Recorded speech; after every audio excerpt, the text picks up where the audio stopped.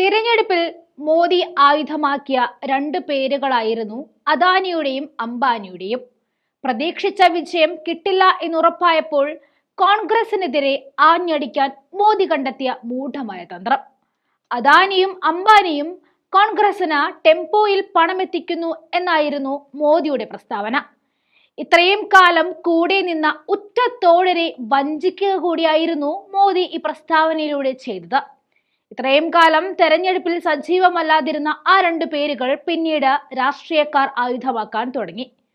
അദാനിയും അംബാനിയും ടെമ്പോയിൽ പണമെത്തിക്കും എന്നത് തങ്ങൾക്ക് എങ്ങനെ അറിയാമെന്ന രാഹുൽ ഗാന്ധിയുടെ ചോദ്യത്തിന് നാളിതുവരെ മോദി മറുപടിയും നൽകിയിട്ടില്ല. ഈ വിഷയം വീണ്ടും ഓർത്തെടുക്കാനുള്ള കാരണം നരേന്ദ്രമോദി നടത്തിയ ആരോപണം കേന്ദ്രീകരിച്ച് അന്വേഷണം നടത്തിയ അഴിമതി വിരുദ്ധ സമിതി ലോക്പാലിന്റെ അനുമാനം തന്നെയാണ്. കോൺഗ്രസ് കള്ളപ്പണം സ്വീകരിച്ചു എന്ന മോദിയുടെ ആരോപണം വെറും തെരഞ്ഞെടുപ്പ് തന്ത്രം എന്ന് തെളിഞ്ഞിരിക്കുന്നു. അദാനി മോദി ബന്ധം തന്നെ ദോഷം ചെയ്തേക്കുമെന്ന മോദിയുടെ വീക്ഷണമാണ് ഇത്തരത്തിൽ കോൺഗ്രസിന് നേരെ ആഞ്ഞടിക്കാനുള്ള കാരണം.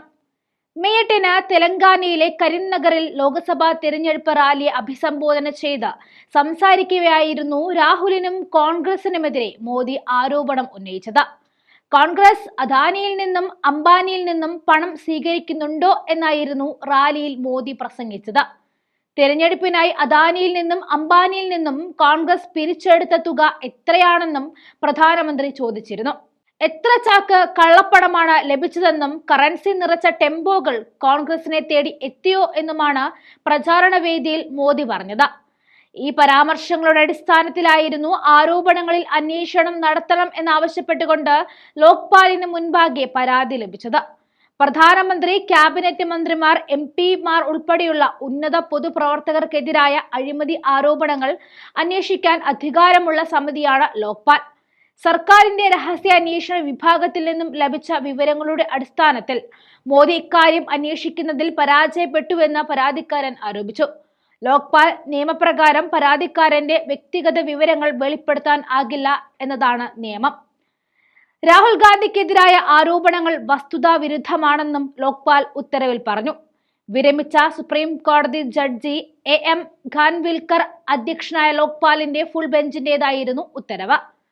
കോൺഗ്രസ് യഥാർത്ഥ കാര്യങ്ങളെ പുറത്തേക്ക് കൊണ്ടുവന്ന് പ്രസംഗിച്ചപ്പോൾ മോദി വായിൽ തോന്നിയത് ചുമ്മാതെ വിളിച്ചു പറഞ്ഞു.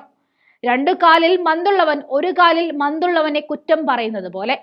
മോദി ഉന്നയിക്കുന്ന ആരോപണങ്ങളിൽ നീതിപീഠം പോലും വില കൊടുക്കാത്തൊരു കാലമാണിത്.